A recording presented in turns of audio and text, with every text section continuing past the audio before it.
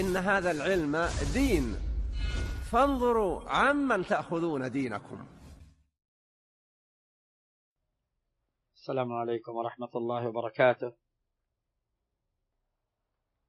حياكم الله ومرحبا بكم أيها الإخوان جميعا، ونسأل الله جل وعلا أن يجمعنا وإياكم على طاعته، وأن يعيننا وإياكم على أنفسنا، وأن يوفقنا وإياكم لمراضيه، وأن يجنبنا وإياكم أسباب سخطه وموجبات عقابه، إنه جواد كريم. والحقيقة ليس عندي شيء أضيفه على ما اجتمعتم عليه وما تحدثتم فيه، ولكني أوصي نفسي وإياكم بأمور قد تكلمنا فيها كثيرا، ولكن نردد الكلام فيها لأن الحاجة ماسة إليها معشر الأحبة، فلا بأس أن نعيد توكيدا وتقريرا، فنعيد ذلك تذكيرا لنا ولكم، فنقول الحمد لله والصلاة والسلام على رسول الله وعلى آله وصحبه أجمعين. أما بعد، فأوصي نفسي وإياكم تقوى الله جل وعلا وطاعته، والقيام بحقه وأداء واجباته التي أوجبها الله سبحانه وتعالى علينا وافترضها علينا، فإنه ما تقرب عبد إلى الله جل وعلا بشيء أحب إليه مما افترضه عليه. ثم بعد ذلك عليه ألا يتوانى في التقرب إليه سبحانه وتعالى بالنوافل، لأنها من أعظم الأسباب التي تؤدي إلى محبة الله له، كما قال جل وعلا في الحديث القدسي: ولا يزال عبدي يتقرب إلي بالنوافل حتى أحبه، الحديث كما تعلمونه جميعا. فإن هذه النوافل مكملات لما يحصل من النقص، وهي في الوقت نفسه مقربات إلى الرب جل وعلا، لأنها تعمر قلب صاحبها بذكر ربه سبحانه وتعالى وشكره دائما وأبدا، فهو على نور من ربه وعلى بينة من ربه وعلى هدى من ربه وعلى قرب من ربه تبارك وتعالى، وذلك بإشغاله وقته بطاعة ربه تبارك وتعالى قولا وعملا، فهذا مما يحبه الله، وإذا أحب ذلك من العبد أحب صاحبه.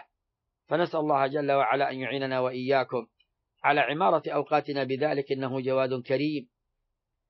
بعد ذلك أيها الأحبة، أوصيكم ونفسي بتقوى الله جل وعلا والحرص على هذه الدعوة، دعوة التوحيد، دعوة السنة، ونشرها بين الناس بكل ما تستطيعون حسب ما يتسع له أوقاتكم، وتتسع له ساعاتكم، وتتسع له إجازاتكم، وتتسع له فرصكم، فلا تتركوا فرصة إلا وتنتهزوها وتهتبلوها في دعوة الناس إلى الخير، فإن هذا من أسباب الرضا من الله تبارك وتعالى.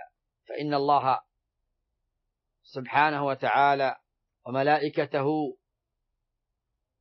وحتى الحيتان في البحر لا يصلون على معلمي الناس الخير، وهذه طريقة الأنبياء عليهم الصلاة والسلام، فإنهم يعلمون كما قال النبي صلى الله عليه وسلم: إنما أنا لكم بمنزلة الوالد أعلمكم. فاحرصوا وفقنا الله وإياكم جميعا على تعليم الناس الخير ونشر الخير بينهم. وأهم ما ينشر على الإطلاق عقيدة التوحيد النقية الصافية التي جاء بها رسولنا صلى الله عليه وسلم، وبينها غاية البيان صلوات الله وسلامه عليه. فلنحرص على هذا، فالناس بحاجة إليها، ولا سيما في هذا العصر، فقد اجتمعت عليهم الشهوات والشبهات.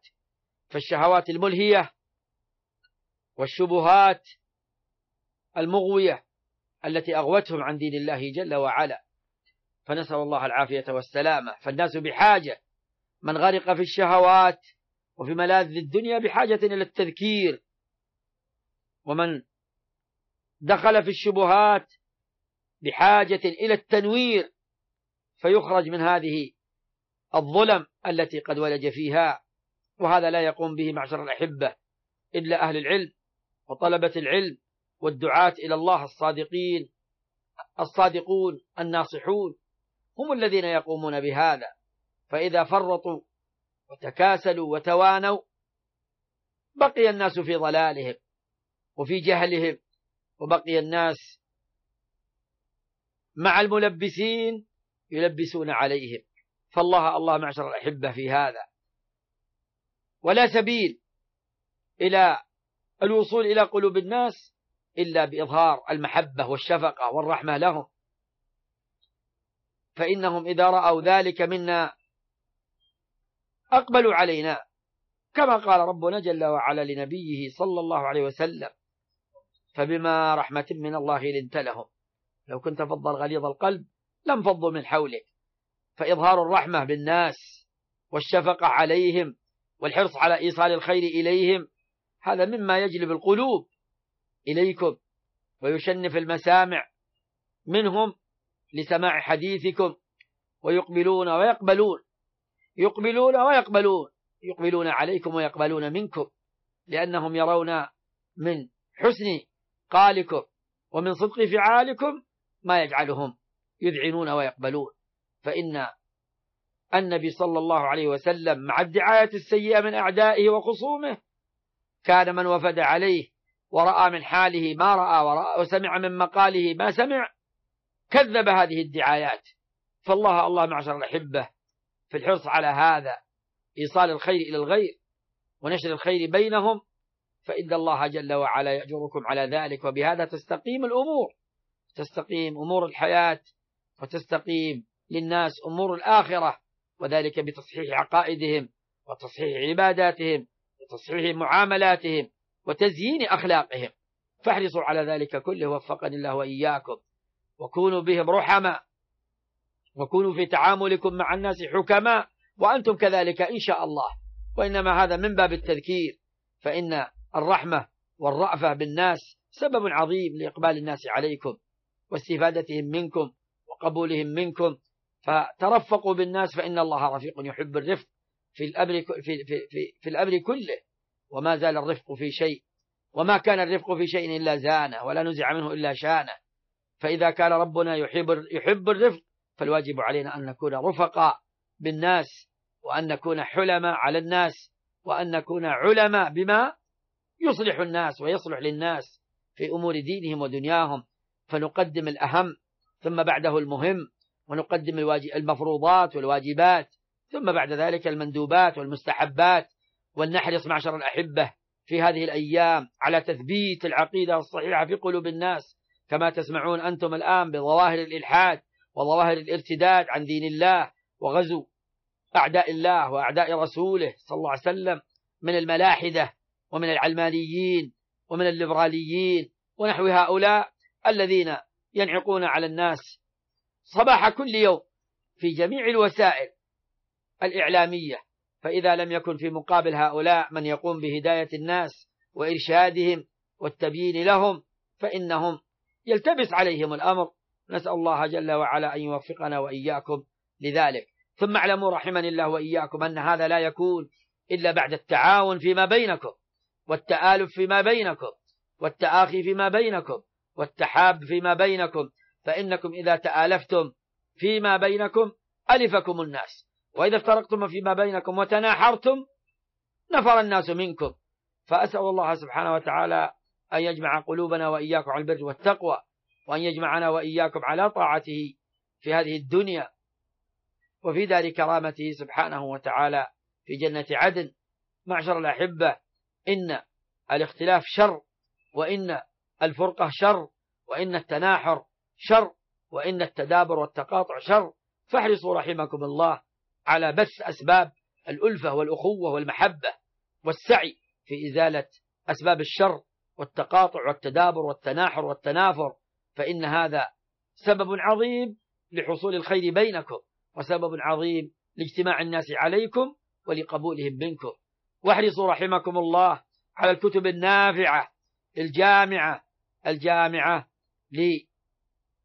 لكتاب الله سبحانه وتعالى وسنة رسوله صلى الله عليه وسلم، ككتب التفسير المعتبرة وكتب الأحاديث المشتهرة بين الناس، عليكم بذلك. وهكذا كتب العقائد، عقائد أهل السنة المختصرة المحررة التي وضعها الأئمة العدول المرضيون رحمهم الله تعالى، احرصوا على تذاكرها فيما بينكم، فمن درس هذا الكتاب اليوم فليدرس غدا كتابا آخر، ومن درس هذا الكتاب بالأمس فليدرس اليوم كتابا آخر، وتفرقوا في الأقاليم، وتفرقوا في المناطق، تفرقوا في القرى والمدن والهجر على حسب استطاعتكم، وإن لم تستطيعوا الوصول فبهذه الوسائل وبهذه الأسباب التي تتصلون فيها بإخوانكم ومحبيكم في المناطق إذا بعدت عنكم وشغلتم أو ضعفتم أو عجزتم عن الوصول إليهم.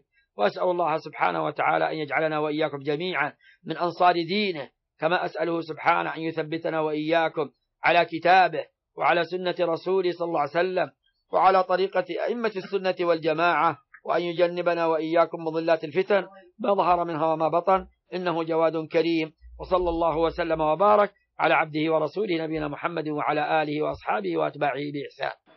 أحسن الله إليكم شيخنا، وجعل ما قدمتم في ميزان حسناتكم، كما نسأل سبحانه وتعالى أن يرفع قدركم في الدارين، وأن يجزيكم عنا خير الجزاء على ما بذلتموه من وقت لأبنائكم من توجيه ونصح وإرشاد، كما نسأل الله التوفيق للجميع.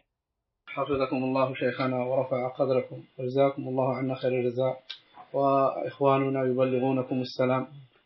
شيخنا سلمكم وعليهم السلام ورحمة الله وبركاته، وأبلغهم عنا السلام جميعا. نعتذر شيخنا يسلم عليكم، ونعتذر شيخنا على أن تأخرنا معكم في الاتصال وأخذنا من وقت.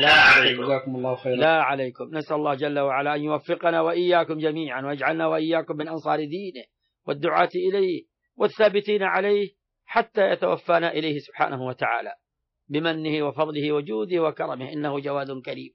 جزاكم الله خيرا وبارك فيكم، وإلى لقاء آخر بإذن الله عز وجل. حياكم الله. السلام ورحمة الله وبركاته، في أمان الله.